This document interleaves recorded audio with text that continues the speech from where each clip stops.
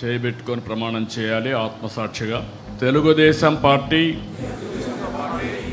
ఆశయాలకు పవిత్ర లక్ష్యాలకు కట్టుబడి ఉంటూ పార్టీ సభ్యునిగా క్రమశిక్షణతో ప్రజాసేవాభావంతో మనస వాచ కర్మేణ నిరంతరం పాటుపడుతూ నిస్వార్థంగా అవినీతి అక్రమాలకు పాల్పడకుండా తెలుగుదేశం ప్రతిష్టను ప్రతిపత్తిని పరిరక్షించేందుకు ఎల్లప్పుడూ కృషి చేస్తూ నా వంతు కర్తవ్యాన్ని విధులను బాధ్యతాయుతంగా నిర్వహించగలనని ప్రమాణం చేస్తున్నాను.